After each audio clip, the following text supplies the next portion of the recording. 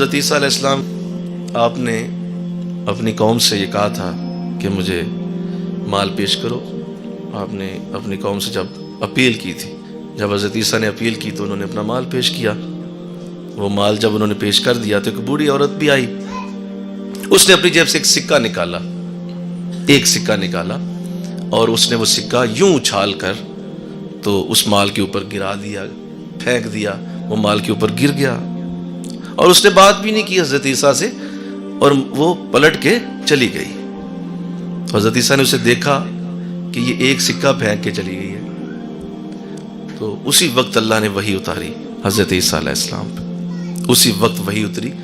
کیا ارشاد فرمایا کہ عیسیٰ، یہ جو مال ابھی آپ کو پیش کیا گیا ہے، ہم بڑے خوش ہوئے ہیں کہ لوگوں نے آپ کو مال پیش کیا ہے، لیکن ابھی جو عورت ایک سکہ پھینک کے گئی ہے، ہمیں یہ سکہ اس لیے سب سے پیارا ہے کہ یہ جو دوسرے مال اپنا دے کے گئے ہیں، انہیں ہم نے بہت زیادہ دیا ہوا ہے اور یہ اس میں سے تھوڑا تھوڑا لائے ہیں.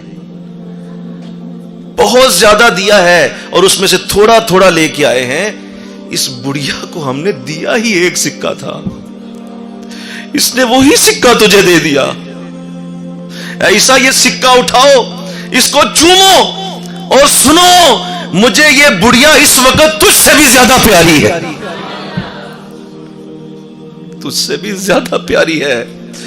یہ ایک سکہ اس کی جیب میں تھا بس، اس نے وہ بھی دے دی.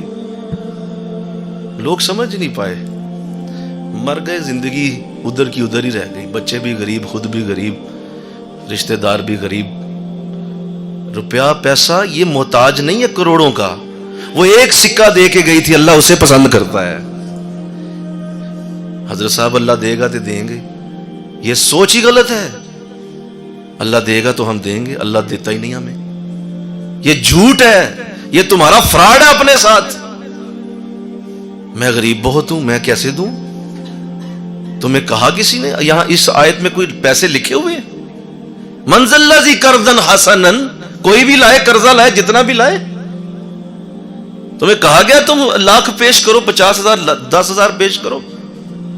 اصل میں تم دینا ہی نہیں چاہتے. کنجوس انسان، تم اللہ کو دینا چاہتے ہی نہیں ہو. جھوٹ بول رہے ہو تم کہ مجھے اللہ دے گا تو دوں گا.